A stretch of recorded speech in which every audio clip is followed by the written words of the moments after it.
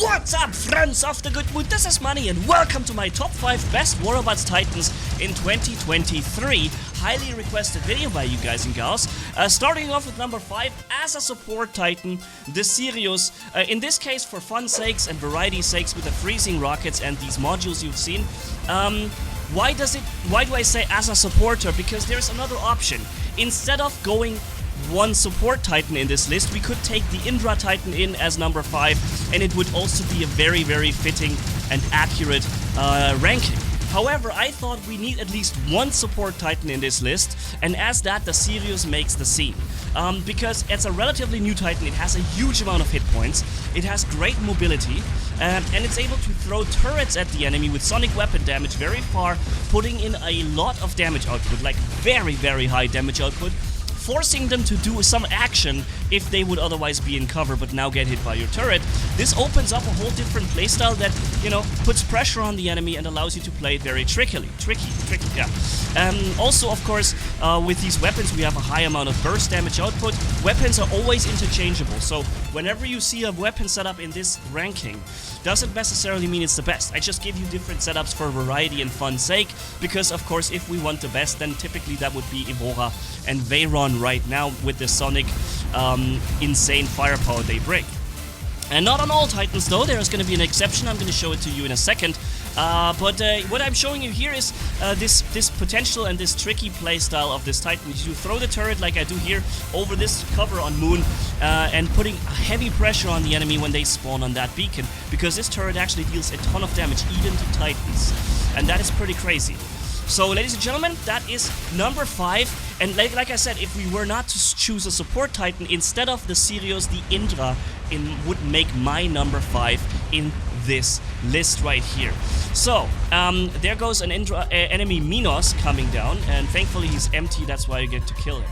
So yeah, let's go to number 4 and show you this ranking further. But first, are you in the mood for endless fun? Then Tactical is the game for you. A 5v5 top-down shooter for Android, iOS and PC. Use my QR code on screen or the links down below to try it out for free with a special starter bonus for new players. In this immersive game and these maps, you can use and destroy everything you can see. Grab a car and run your enemies over. Take control of a stationary MG or throw giant pipes and cars around with a gravity gun. Whatever idea you may get, it's doable in Tactical.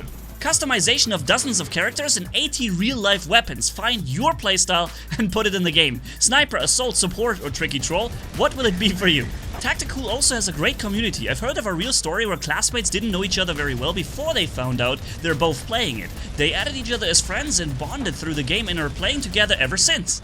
Aside from a wide range of game modes such as capture the back, control point capture, battle royale, zombie survival and more, one of the most fun things for me was to experiment around with new weapons, and Tactical's got you covered on that because there's a try now function in the menu where you can just play a match with that weapon immediately, and that's really an amazing feature. And the top-down view with the auto-aim, auto-shoot mechanic works so incredibly well that it's surprisingly easy to get into the game, yet still hard to master if you really want to play hard. Tactical has a strong and vibrant community with over 20 million players worldwide. You can play solo, with your friends, or make new friends by joining or forming a clan using the in-game voice chat function for better team play and tactics. So don't miss out on all the fun and join this award-winning game by using my QR code on screen or the link below, together with a promo code TACTILE like you see on screen. This way new players can kickstart their game with a special bonus pack containing Jason Operator, RPG and 50,000 silver. And then come find me in the game under the name Manni-G. So, number 4, as promised, would be the Luchador, ladies and gentlemen. It's still in the list. With these type of module setups, I would recommend. Again, we're choosing the freezing rockets here, but in this case, clearly Veyron and Evora would be the ideal choice for this Titan. Also, the Vaha and Mahavara shotguns, immensely powerful and can definitely be used. You could even try to use Cinder, for example. You could even use the other shotguns, but you know, if we were to talk about the best of the best, then Evora, Veyron, and if you don't have that, Vaha and Mahavara would be the perfect choice. I would not recommend playing the Luchador as a sniper with lantern weapons or with lance and glaive. I would not recommend doing that, because clearly this thing, with its hit points pool, with his stopping power, with his reflector, and the reflector he gets during a jump, it is kind of designated to be a very, very effective brawler. But I must say at this point, what I would not recommend you guys and gals to do is to put these freezing rockets on. They are brand new weapons, but they're actually really weak. And you'll see it here, I can show it to you very accurately. I will never be full with these weapons because they charge forever. Just unloading this thing for a few seconds brings you maybe a kill or two, but that is going to be it. Now you're empty and you're not going to recharge any firepower. The recharge and the continuous, overtime damage output from Evora and Veyron is like 100 times higher than the damage output. Not 100 times, but it's significantly much higher than the damage output from these weapons. Now I'm sitting here with my reflector, absorbing a ridiculous amount of damage from a flying Muromet. And in terms of Muromets, we have to say it's not really the meta anymore, especially because we have a stealth meta now. The Muromets would probably be here in this list somewhere if we didn't have the stealth meta. But since we have a stealth meta now, people simply have quantum radar or quantum sensor on their titans and robots now, because it's so annoying not to have it. And therefore the Muromets really struggles these days to use his stealth flight and not get shot down still, by all kinds of different setups. And that really is the reason why the Muromets doesn't appear in the list and it falls behind the Indra and the Sirius in my case. But otherwise the Muromets would still be powerful, but the Luchador here takes its rightful place at number 4 if you ask me, because this amount of HP pool with so much firepower, so many invincibilities during the jump, but not invincible but very highly resistant with a reflector, and then this long reflector duration makes this a really powerful brawler, and that's why you see it so much also in the game still. People really like to brawl with it. So let's go into number 3. And that may surprise you a little bit, the Minos. Yeah, the Minos, in my opinion, is more powerful than an Indra. It's more powerful than a Luchador, and it's more powerful than a Muromets. The reason for that is its incredible mobility. You have a lot of health, being a very strong Titan with heavy resistance, of course. And then you have this double charge ability. The fact that he has 2 of them puts him in this position. If it was only 1, the Muromets would not end up in this position, but having 2 of these charges allows you so many options. Charge out, make the enemy think you're attacking him, he uses his ability, you charge back in, you wait until his ability's over, you charge out and you kill him without his reflector or defensive systems anymore available. Or think you eyeball an enemy using, his ability around 400 meters, around corners, then you cross these 400 meters very quickly with the Darbert double charge ability, and then you just take him out with your own reflector, making yourself nearly invincible to any kind of damage during that time. You're simply invincible, and for these 6, 7, 8 seconds where you have your reflector, you can freely put up the firepower. However, I should probably say, in this case, there are not too many weapon options. To make the Minos put number 3 in my list, you really have to use Evora for this case. If you go with anything else, it probably already scores place 4. But when you run it with the the Vaha shotguns, it will still be very powerful and probably still occupy place number 3. But with this particular setup right here, the Evora, the Minos, in my opinion, takes number 3. Because it's so immensely dangerous, and I can easily, with this mobility, and I think the gameplay shows it to you, have a high level of map control. I can be anywhere and everywhere at the time when I need to be. I can put in the firepower to snack Titans, especially with this high burst damage output you have on these type of weapons. The Skyros here even gets taken down in his invincibility ball mode, because these weapons have so much firepower. I can capture beacons, I can help my team very effectively. I'm actually not even finishing capturing the beacon because I want the match to run a little longer. You see how much damage the enemy Aether took even from this distance is simply because these weapons are so crazy. We have, by the way, now more than 1 million HP is because we are running the durability extender twice on the roulette battleship, which is what I recommend Titans to use when you want to be in this new Titan meta. The new Titan meta allows you to live on for a very long time, to increase your max health to an astronomical amount, and by the use of the double durability extender on the roulette battleship. It's really kind of a secret to make these Titans last so long. And it is a new Titan meta now. It's beginning right now with the Rook, with the new Sonic shotguns that have an absolute outrageous amount of burst damage, bringing down Titans in less than 2 or 3 seconds if you manage and time it well. Yeah, it's this mobility, in my opinion, that is the key for the Minos to score this place. The Luchador can also jump a distance, but it doesn't have so many of these charges so quickly in a row, being able to put it all everywhere and so on. Also, the Luchador, very important difference, doesn't have the ability to activate his reflector and be on the move. That makes a massive difference. When the Luchador activates his invincibility, he has to be stationary, and enemies can just take a walk around corner and wait it out. And you cannot do this against the Minos because he's able to put that reflector on and then face brawl you, stay in your face no matter where you go. And that makes this guy be better than the Luchador, in my opinion, and also easily able to counter Muromes after his flight, and so on. You can do anything with a Minos, and in my opinion, one of the most powerful Titans in the game right now. Number 2, I'm not sure if you guys agree with it, but in my opinion it is still the Aether Titan, being the second latest Titan in the game, as you can see right here, but not just as any setup. This number 2 is a max damage sniper with Lance and Glaive. And you see max damage because I put 4 times Onslaught Reactor in there. No anti-control, no damage boosting, healing things or whatever.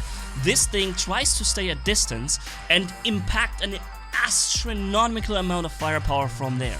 Landing in safety, acting from safety, and using other Titans as first line defense where you shoot from a high damage distance. I just put in some heavy corrosion with the roulette battleship hitting 3 enemies at the same time, and there comes multiple anglers my way now.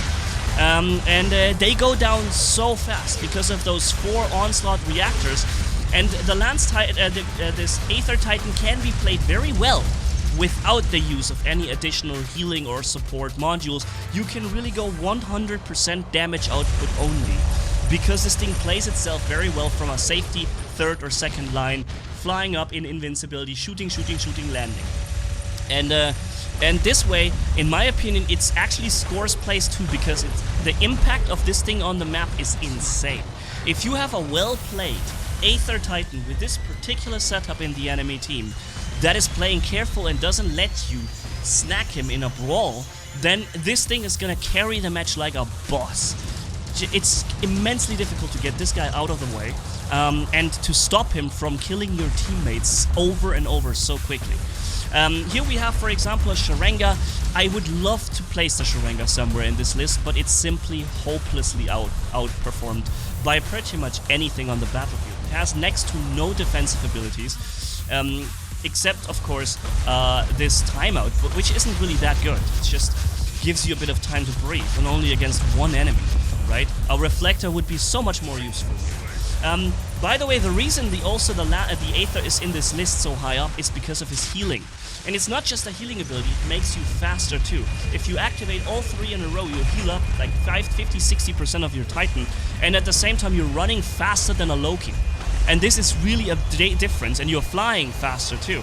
That puts in so much difference for you in your gameplay, allowing you to catch people around cover, allowing you to heal yourself up like an endless amount of times pretty much, until you can almost never kill an Aether Titan without his gray HP being down to 0 as well. And that really is one of the reasons why this Aether, despite being not the latest Titan anymore, still places... Well, it's the second latest Titan, it places the 2nd place, so it kind of makes sense in this regard. But don't be fooled, a Minos can kill him really easily if the Minos plays it well, right? So, yeah, of course, all these things have to be played in their right way as well. So it's always about skill in play, like intuition, knowing what not to do and what to do. And then place 1, ladies and gentlemen, I hope you're ready for it. Place 1, as you know, the Kid Titan, of course, with Squall and Grom and Anti-Control and Onslaught Reactor. I'm just kidding. The number 1, of course, is the Rook. You guys knew it, I knew it. So, gotcha! The Onslaught Reactor. Double Titan amp, repair amp, because this thing is a repair boss. And with the double Onslaught, you're also not missing firepower. This thing, I'm using it here with Maha and Mahavara shotguns, but of course the ideal setup would be, again, Veyron and Evora. Of course. We're starting the gameplay here already with more than 1 million HP. popping fresh shields on so that now I can jump in freely without taking any damage. I made a mistake, by the way. I didn't see that while I was playing. I don't know. I thought I reloaded my shotguns, but in the bottom right you can see my shotguns only have like 2 shots left. And I'm jumping in on a Titan battle thinking, oh, I'm gonna destroy you. I thought I reloaded them, but I must have overlooked something. So I'm jumping in, shooting 2 times or 3 times, and now I'm reloading. It's like, what the heck? Oh man, what a timing. But it doesn't matter because I'm a rook and I can make mistakes because this thing is so overpowered. You can make any mistake you want. You can fight 2 Titans at the same time and jump into this battle without being reloaded, and you can still come out on top. And this guy is running 4 times Evora. This guy is on his Heimdall putting the most powerful weapons on to use that there are in the game. And I can easily, while playing bad and making mistakes, beat him by just, you know, starting to turn around in a circle and making his weapons worthless by putting him all, absorbing everything with my shields. And then, if I want to, I can just jump back out of the middle of the fire, of the action, and get back into safety. In this case, we even have a Nodens here with us, which is pretty cool. Yeah, it's not a have to. This is one of the Titans that doesn't need a Nodens, you know? And that's crazy to say because there are Luchador, for example, who really needs a Nodens if he wants to face brawl for an extended period of time and wants to really carry the match. You kind of need that Nodens with you. But this guy here, this Aether Titan, this Rook Titan, look.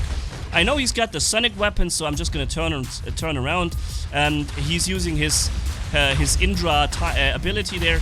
He's using it again. Then he comes out, and you see how hopelessly chanceless he is. And let's just say he also had Evora. So his weapon setup was actually more up to date than mine. His weapon setup was even better. Yeah? But what is he gonna do about a Titan that comes at you with, at this point, already 1.4 million maximum HP, immense firepower with those shotguns, shields that simply block 50 or 60% of his firepower all the time, and then slap him back on with the fresh shields and full healing, or healing back. This is one of those no-brainer Titans that really, it just performs great no matter what you do. There's almost no way to play it bad, or to suck with it. Because even if you play it badly, and I just really made some mistakes in this gameplay, even if you play it badly, you're still gonna be successful with it. It's just too good to lose. It's just too good to lose. And this is the beginning of this Titan. It just released into the game. Top-end clans don't run around with 5 or 6 of them yet, fully maxed. Or, well, most of them. Some of them may do it, but most of them don't. So, you know, we were just seeing the beginning of it, but I can already tell you, when you encounter this setup on the battlefield, specifically even more so with the Evora and Bayron as weapons, what are you gonna do? I mean, I'm just in an open... This is a sniper map, and I have shotguns. And I'm able to dominate the map this much, take out pretty much any Titan the enemy team has, because I can cross the distance so easily with that ridiculous jump that the Rook has.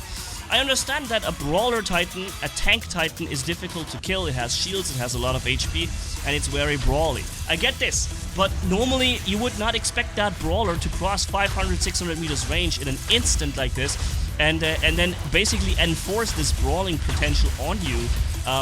Normally you would expect a Brawler to be slow and bulky, you know? And that's what I would be okay with, but this Indra isn't slow and bulky.